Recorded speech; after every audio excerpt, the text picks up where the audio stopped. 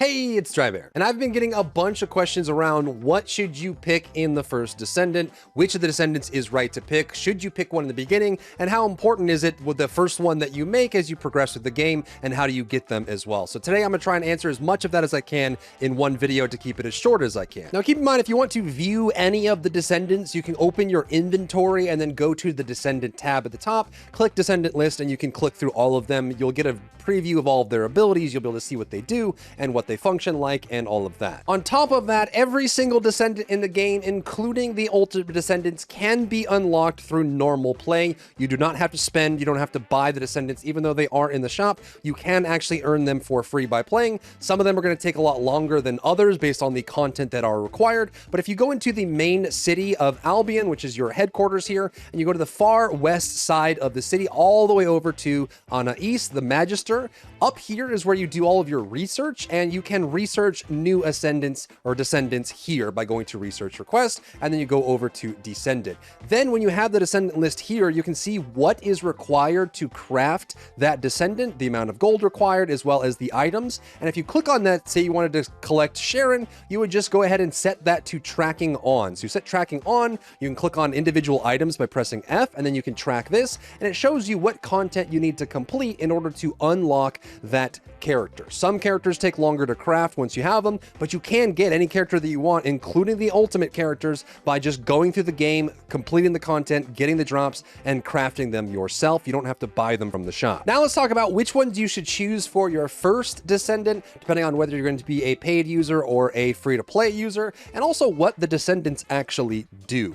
As of right now, we don't have a clear view on what the actual meta for this game is going to be, and because it's a looter shooter, if we use references like Warframe, it's going to be possible to play any of these depending on what comp you want to run and how hard you want to grind and how that works. But as it stands right now, there are basically 3 different categories and functions for each of the Descendants, though they all can use most of the or all of the weapons, and you can play however you want. Their abilities and playstyles are going to afford themselves better to certain things. So for example, Ajax as well as Kyle and Ultimate Ajax are going to be great at being able to tank and take damage. Ajax is probably one of the best at absorbing damage. He has a frontal shield and an AoE shield, which is very good for some of the boss fights for absorbing damage. And of course, Kyle is a little bit more of a bruiser playstyle in that as well. So you'll be able to use him for a little bit more damage, but he does kind of play that upfront frontline playstyle. On top of that, we have Viessa, we have Enzo, we have Yujin, and Ult Viessa for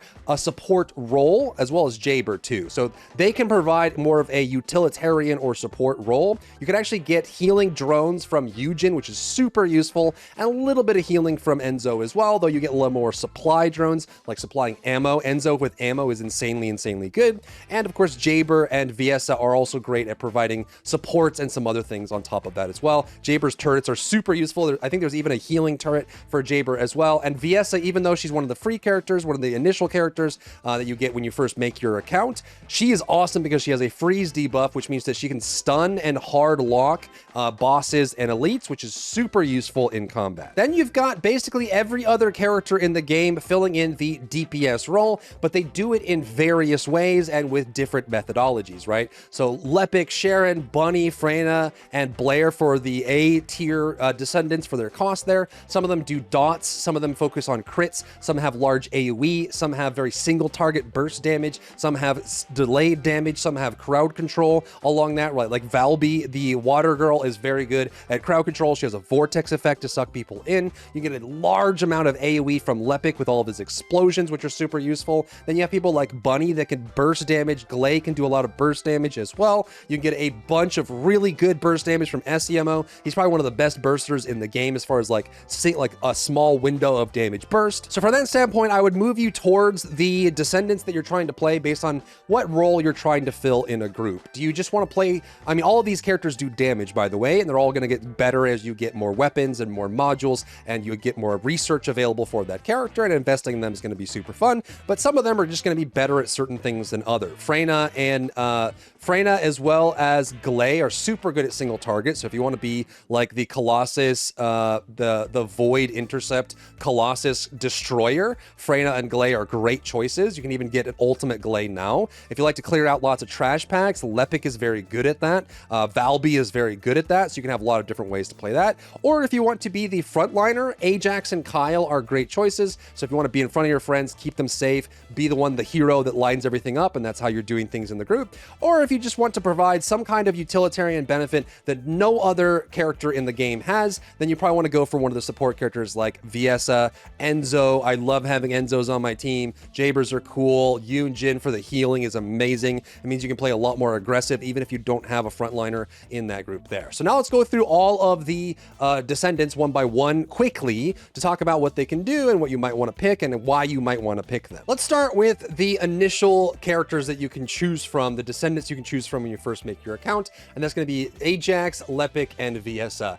This is because you can get any of the Descendants in the game by playing the game or buying if you want to, just by, progressing through the story. It is actually important to choose a Descendant that you like for the first one, just because you might be playing a couple hours or maybe even longer for the Descendant that you're looking for. So let's talk about the starting Descendants first. Starting with Ajax, we've already mentioned that he is an excellent character for frontline defense. He has a nice shield that he can put up, which is the orbit barrier. This one is super useful. In some fights this gets burned down, but you can scale it up the more you level up Ajax, and it becomes super useful for that, and it helps him kind of control space, as well as his ultimate, which allows him to create a barrier that blocks damage as well. So this I don't know why it's called hypercube when it's a sphere, but you put these two together and you can control space really well. You can set up bastions for people to stand behind, and it's super useful. He also has a nice stun from his jump landing, as well as a large knockback damage dealer. So this combined together means he's great at disruption, and he's great at defending and keeping damage away,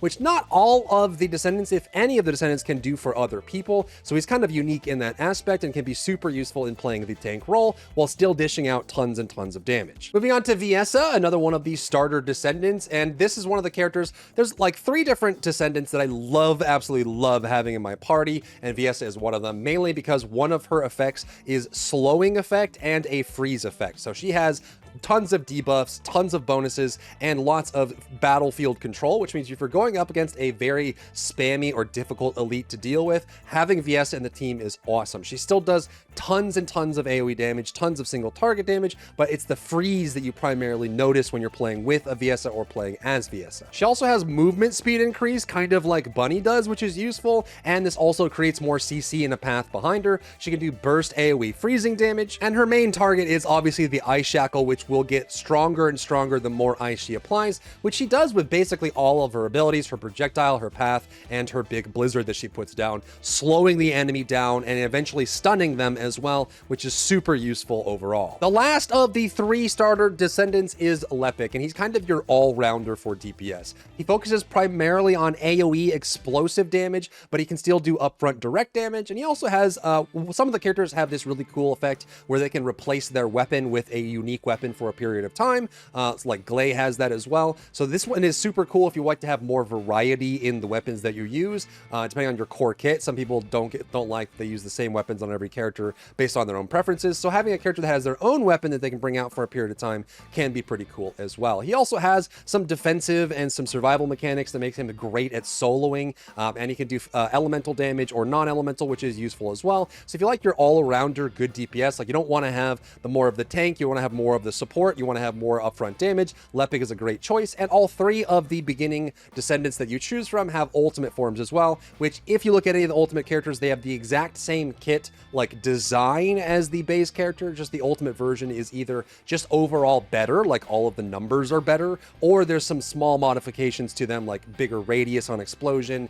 easier target, bigger projectiles that come out, things like that just make them better, but they still function the same as their base version. Bonnie is the first Descendant that you will unlock through the story. You actually only have to play about an hour or 2 before you unlock Bunny as a playable character, and she plays more like a speed flank. Like she actually has high mobility. One of her abilities here, she's able to activate this and zoom around at 50% speed at base, which is absolutely nutty. She's great for doing quests as well, by the way. You can zoom around the map, and she basically, by doing her electric activities, she builds up a separate meter that has electricity, and she can spend that by shooting out lightning or causing lightning explosions. So she just runs to the enemy, does a bunch of AoE, runs around. It's very high mobility, super fun, very engaging, but she is a burst DPS that kind of gets in because she has a little bit lower of a health pool than some of the other Descendants, so you have to use your speed to proper effect if you want to get the most out of Bunny. Next is Sharen, and you can unlock her as part of the initial few zones if you want to progress her,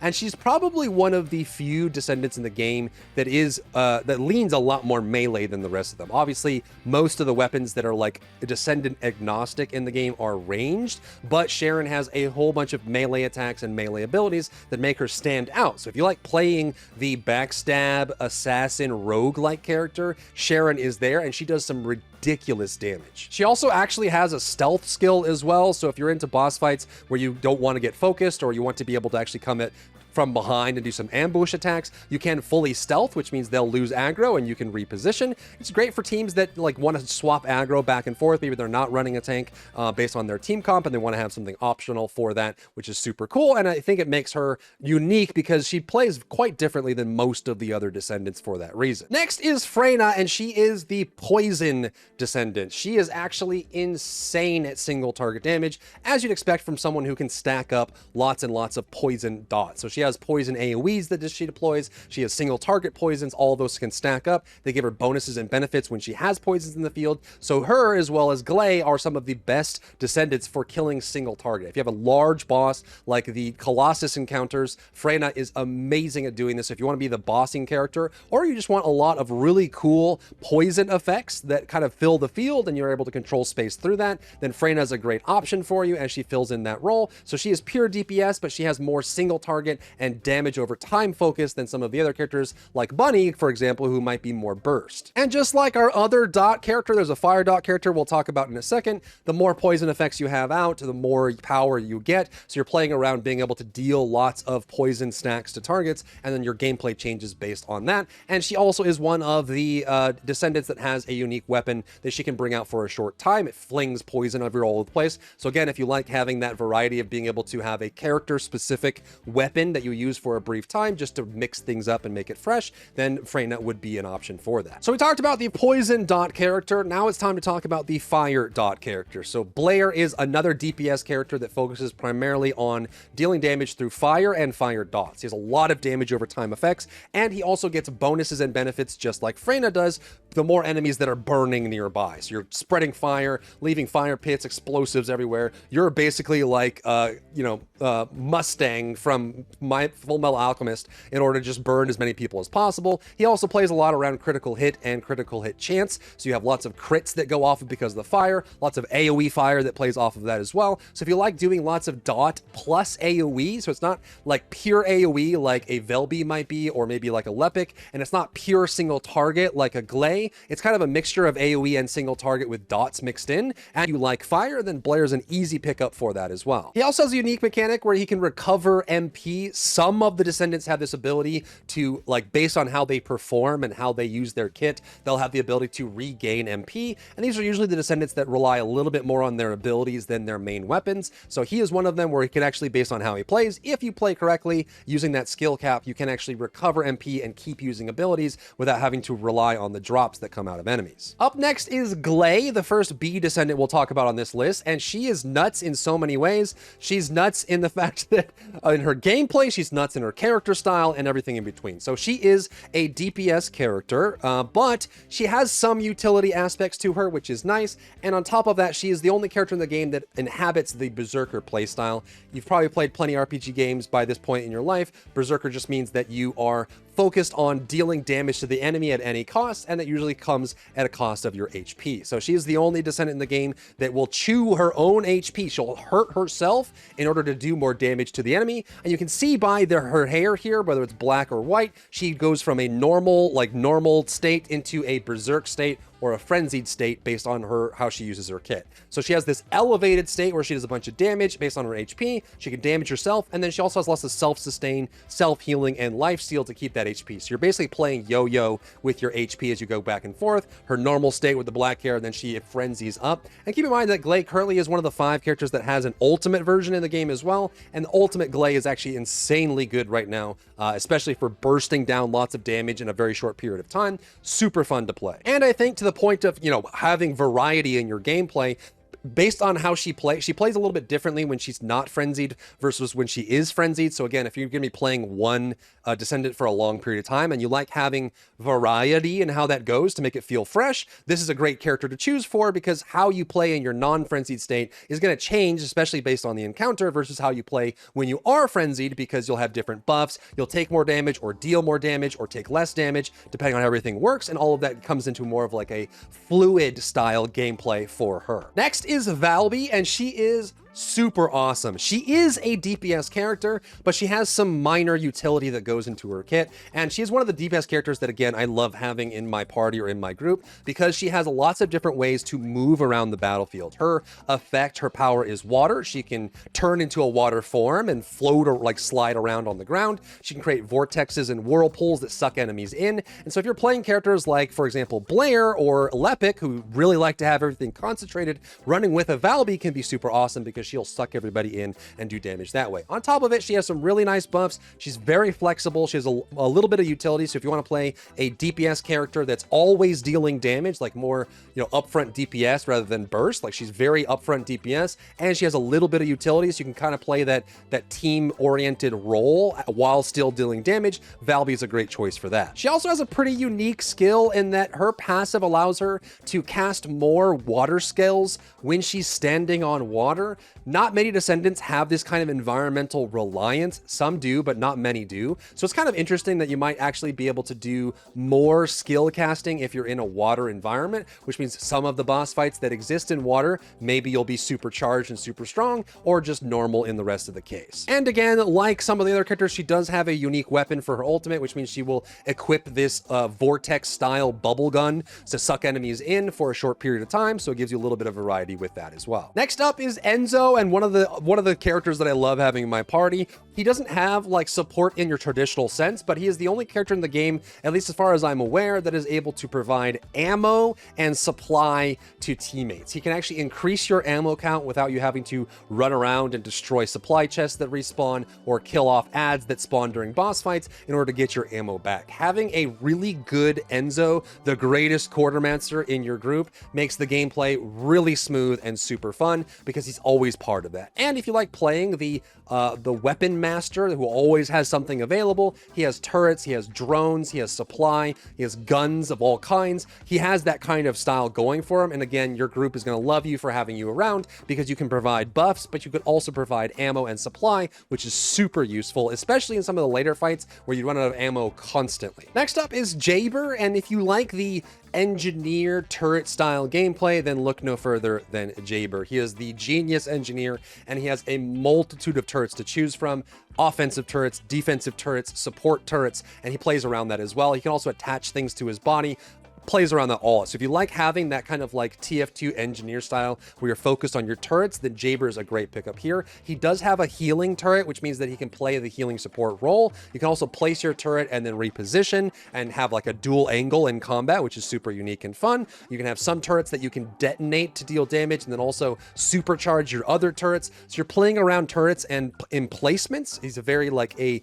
tactical style character that plays like that. And he does have heals for the team, which is super useful. Again, in some of the fights, if you don't have some kind of support or some kind of tank, you'll definitely notice their absence, because the fights get really tough without them. Next up is Esiemo, the explosives master, and that is probably the best title you could give this guy.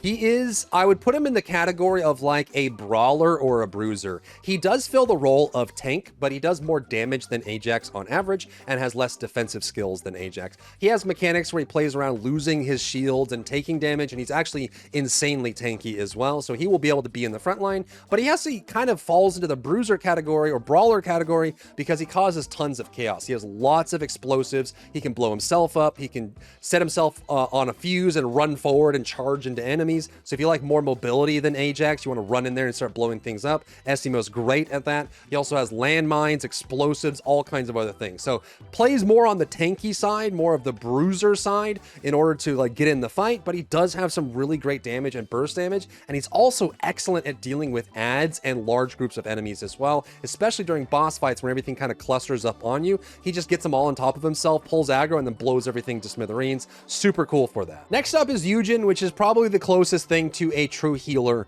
that we're going to get in the First Descendant. He is insanely useful for the support role. He has not only the passive that allows you to res people up off the ground faster, which in some fights, especially if you don't have an Ajax or a Kyle to protect you, it can be really tough, or even Esiemo as well. So having that on top can be really, really useful to keep people off the ground, but he also has tons of heals and he has debuff immunity. So you can actually prevent people from being set on fire, prevent people from being stunned, frozen, all the debuffs that go into certain encounters. It makes it super nice. So I would say like Enzo and Yujin are some of the best people to have on your team that make a really big difference in the experience because they constantly have that. They also have things that they can heal targets by applying drones onto them. He can heal targets by having them damage a target, like kind of like Holy Paladins in WoW. You can do healing that way, and he has debuff immunity and faster resing. So this is like your true support, the Gruff medic. He's very good at it. And lastly, we have Kyle, the other true tank. So unlike Esiemo, which is more DPS, Kyle does do more damage than Ajax, but he's a lot tankier and more frontline savvy than an Esiemo would be. Esiemo definitely has to risk himself to get into the AoEs and deal damage, but he doesn't have quite the survivability that Kyle does. So if you're trying to run pure frontline perfect tank, Ajax or Kyle are your choices for that. They're super tanky, super durable, and can control the fight a lot as well. Now he has a shield just like Ajax does. His is a little bit stronger, but he does have to channel it, holds his hands out in order to do it, which is great. It also means that like if the fight changes and you have to reposition, he can move his shield around. He can actually walk while he's holding this as well, which is super nice. And a lot of his mechanics go around him having to take damage, burn his shields, and reset, which means some of the modules that rely on shield strength, shield amount, or even defense when shields are down make a big difference on someone like Kyle. So if you like to actually like maybe get more into the melee side of tanking, you want to run Kyle for the AoE. He's got some nice mobility as well as some shield bonuses and some other CCs on top of it as well, but he does play that tank role just like Ajax. And then of course there are the ultimate versions of all the Descendants. The ultimate versions are essentially the same exact Descendant. Sometimes they get slightly new different abilities or slightly changed abilities for their base kit, but they play the same and they're basically just a supercharged ultimate version of that base. So ultimate Ajax, ultimate Lepic, ultimate Bunny, ultimate Gley, all of those all function just like the base version. They're just overall better. So if you have, like for example, if you have Ajax and ultimate Ajax, you would run ultimate Ajax instead because he's simply just better. So rather than going through them, since we've already covered them, I'm going to stop it there and try to keep the video a little bit shorter if we can. So those are all the Descendants in the launch version of the game. There's already 3 Descendants on the list for being launched later this year. Luna, the next character, which is a music style character, is coming in about a month, so you have that coming as well. But hopefully this helps you understand which of the characters you might want to choose first when you're making your account, and also which ones you might want to work towards if you're playing free to play to unlock later down the line. If you found value in today's video, leave a like down below, leave a comment for the algorithm to help this video get seen by more people, and don't forget to check out my other channels for other content and other stuff and other things.